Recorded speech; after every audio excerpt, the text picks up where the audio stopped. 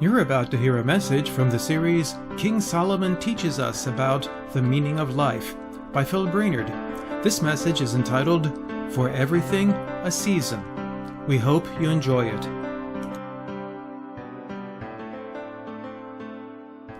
In the 1950s, a songwriter named Pete Seeger did what songwriters do. He wrote a song. Apparently few people thought anything about it.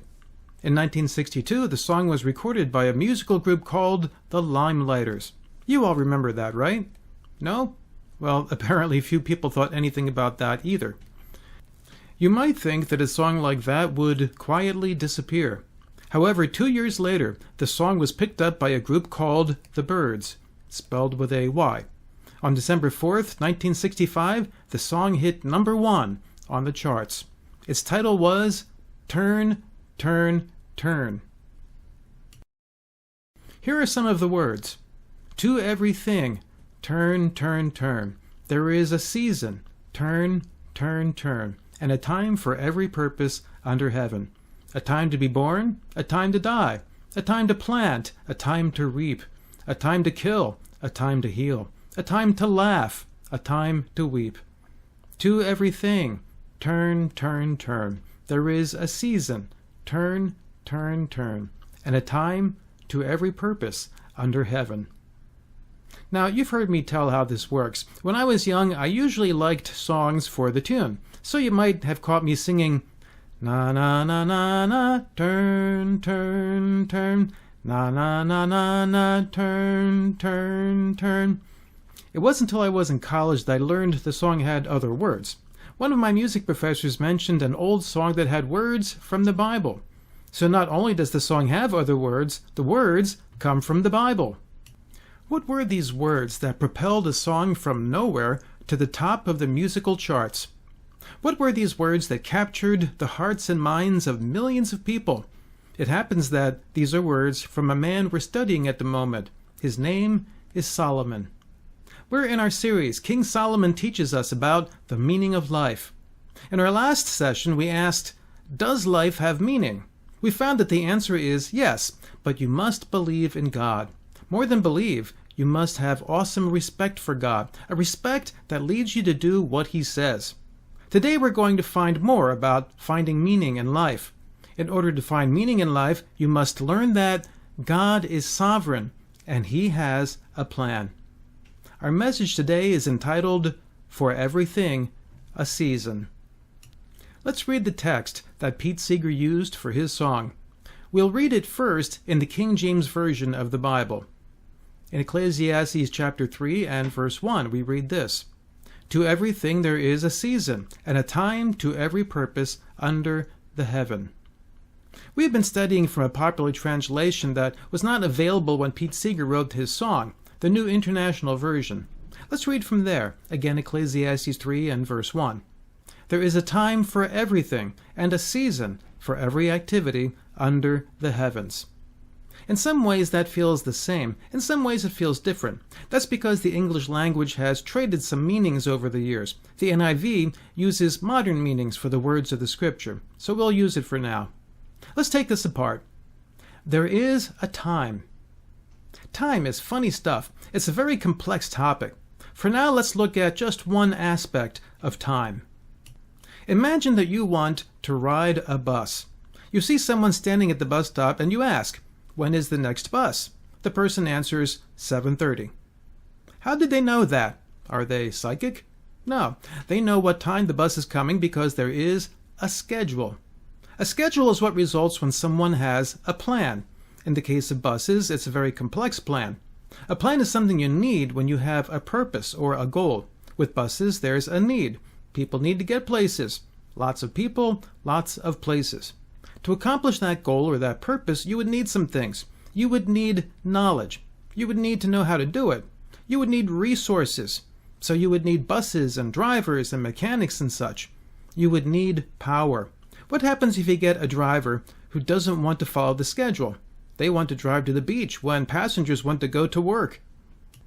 If you have all those things and more, you can announce a schedule, a list of times when the buses will arrive at different locations. That, my friends, is how the universe works. The universe and everything in it has a purpose, a goal. God has everything he needs to run his universe. He has everything he needs to reach his goals. He has knowledge, resources, and power. That's why there is a time for everything. A time is when a specific event occurs. A season is a group of events. Right about now is when someone says, "Hey, let's go back to that bus illustration. I have on more than one occasion expected a bus to come at a certain time, and it did not." Yes, we've all been in that situation. That's because humans are limited. We have some level of resources, knowledge, and power, but not enough to guarantee that we will always reach our goals. So the buses don't always arrive on time. God, on the other hand, is infinite. He has all the resources, knowledge, and power he needs to accomplish his purposes, to reach his goals. This attribute of God, his ability to accomplish anything he chooses, is called his sovereignty. The prophet Jeremiah once prayed to God, and he said this in Jeremiah 32 and verse 17. "Ah, sovereign Lord, you have made the heavens and the earth by your great power and outstretched arm. Nothing is too hard for you." That's right. Nothing is too hard for God. That's why Solomon teaches us there is a time for everything and a season for every activity under the heavens. Now that we understand this idea of time, let's ask, what kinds of activities occur? So let's read on in Ecclesiastes chapter 3 and verse 2. "A time to be born and a time to die, a time to plant and a time to uproot." There is a time to be born. We don't plan it. Have you ever been to a birthday party and the birthday person says, "Yeah, I remember picking this day. It was a tough choice." No, everyone is born on the day that God picks. There is also a time to die. It may sound a bit morose, but you have to take this into account in life. If you pretend it will never happen, things often go badly. Everybody needs to save for retirement. Having a will is a good idea. Birth and death are two events that occur on God's schedule. It's interesting that Solomon starts his list with these events. This will set a pattern. There are happy events in life that we enjoy, but there are also sad events. We must allow for both. There's a time to plant, a time to uproot. Now, planting is full of hope. You want something to grow, but sometimes what you intended fails. Then it's time to dig up that plant. Sometimes you can save a plant. Sometimes you can't. Reading on in verse 3. "A time to kill and a time to heal, a time to tear down and a time to build." A time to kill. Wow. We don't like to hear that. It sounds extreme. We like the healing part. Do what you can to heal. But Solomon, the wisest man in history, says sometimes we have to take an extreme route. Building always feels good, but sometimes even the best structures are in the way of other newer structures. Sometimes buildings get old and they have to come down. In verse 4, "A time to weep and a time to laugh, a time to mourn and a time to dance." We all like the laugh part. We all like to dance. We all like the good times. We all like the celebrations. But then the good times stop rolling. At those times, it does no good to pretend that nothing's wrong. God has given us tears for those times. Maybe it's good to let them out. It's especially good to have a friend or a loved one to share your pain. But those friends and loved ones will never know if you cover your grief. No one will be able to help you if you spend your life pretending that everything is all right. In verse 5, "A time to scatter stones and a time to gather them, a time to embrace and a time to refrain from embracing." Sometimes with the Bible, we forget that we're reading an ancient document. So we say, "Gee, I wonder what that means." Such is the case when we talk about things like gathering and scattering stones. Here's what things were like in ancient days. Sometimes after a war, if the winner wanted to absolutely crush the loser, they could destroy the ability of the losers to recover. One way to do this is to ruin farms. You do that by spreading rocks all over a field. When you do that, you make it very difficult to plow and plant. If the winner believes they have properly humbled the loser, they can help to gather the stones again. Someone might say, "That's mean." And yes, it is. However, if the winner thinks the loser might come back to start a fight again in the future, sometimes you have to take extreme measures. If you read the entire body of Scripture, you know that we are encouraged as individuals to show compassion and mercy. Remember, however, Solomon is a king. A good king has to take into account the safety of his people. Sometimes a lenient hand is good when dealing with enemies. Sometimes more force is required. Embracing is much more personal. We like to embrace, but sometimes we have conflicts. Sometimes the way to resolve a conflict is to offer an embrace. Sometimes, though, you need to put up the stop sign hand. You need to say, hey, I have a bone to pick with you. Until we talk this out, we can't continue to act like everything is okay. Verse 6. A time to search and a time to give up, a time to keep and a time to throw away. There are times in life when things disappear. The question when something disappears is this: how valuable is it? How important is it? Is it a paperclip? In that case, you give a quick scan around. If you see it, great, you pick it up. If not, you grab another clip. Sorry to be scary, but is it a child? If a child wanders off, you look until you find them. If you can't find them, you call friends and neighbors. From there you call the police. Most times, the child turns up. Sadly, sometimes not. At some point, no matter how much you love your child, the search ends. Fortunately, that's rare, but it sometimes happens. At the other end of the spectrum is stuff where there's some question about its value. There are things in our lives that wouldn't make us sad at all if they wandered off. In that case, it's a question of keeping or throwing away. Reading on in verse 7. A time to tear and a time to mend, a time to be silent and a time to speak. Once again, how valuable is something? If an article of clothing is torn, do you just tear it more and use it for scrap, or do you pull out that sewing kit? That's pretty straightforward. Now, a time to be silent or a time to speak, that's deeper, much deeper. There are times in life where you see a problem. If you let people know, you might prevent a big problem early on. There are situations where the damage is done. If you explain why things went wrong, you could prevent similar problems in the future. Or if you speak up, you might make things worse. You might be speaking before you really understand the problem. You might be angry, angrier than you realize. Sometimes it's better to take that deep breath and wait until you've had a chance to cool down. King Solomon closes this section with some heavy hitters. In verse 8, a time to love and a time to hate, a time for war and a time for peace. Everyone loves love. The Beatles taught us, all you need is love, and there's a time for that.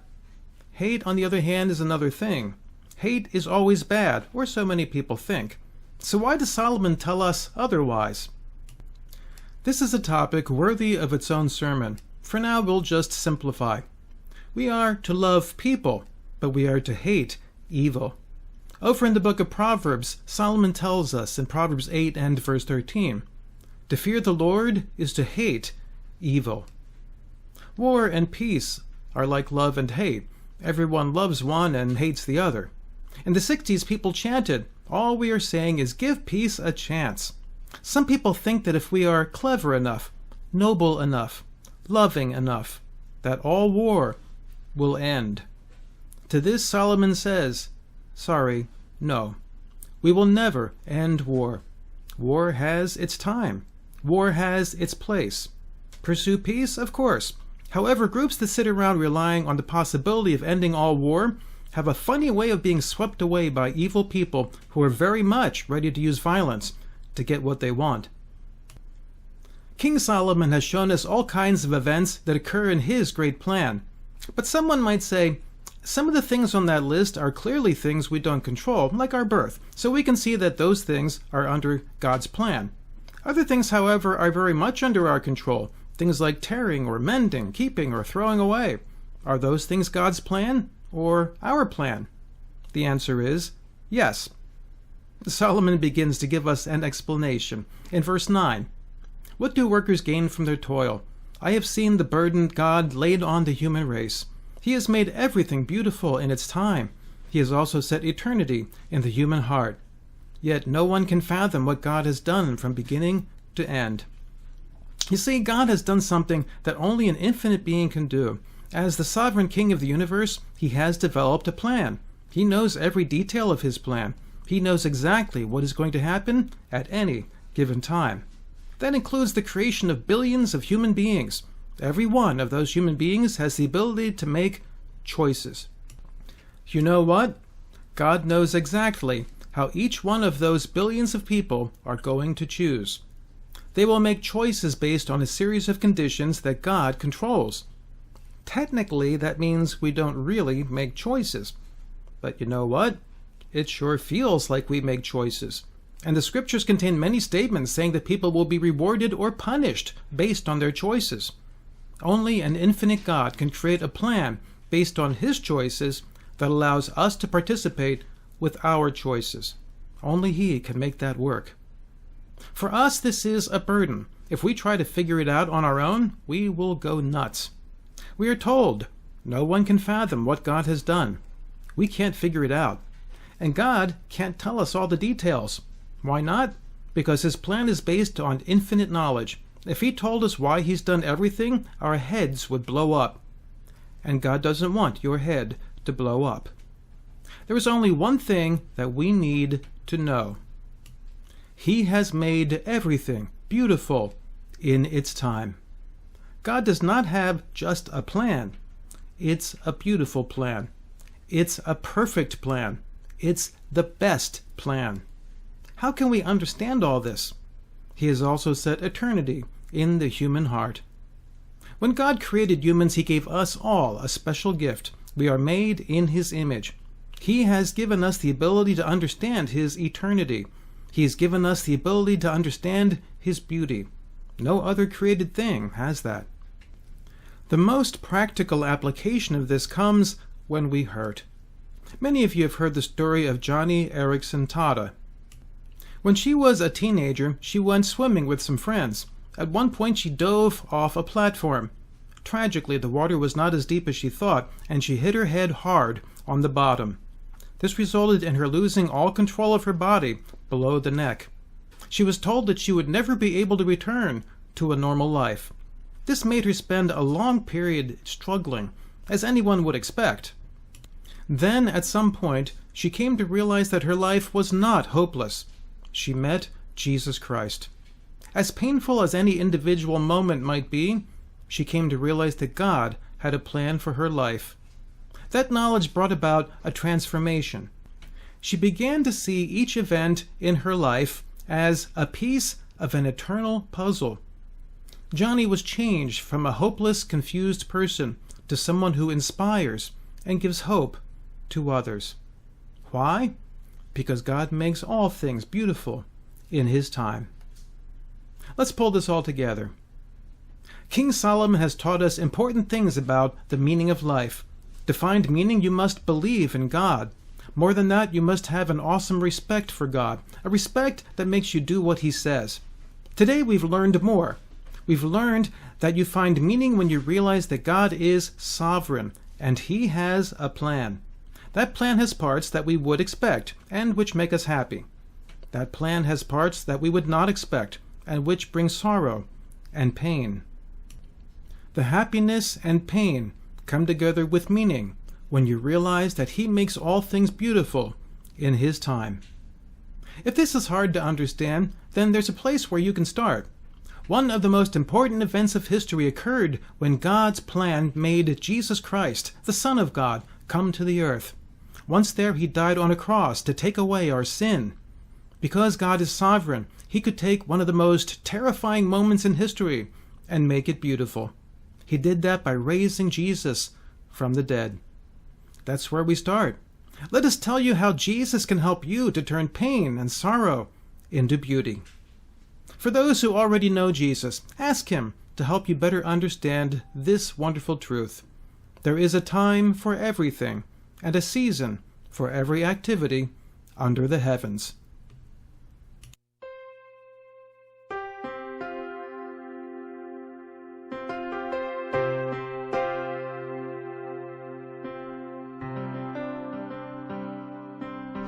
You just heard a message by Phil Brainerd, For Everything a Season.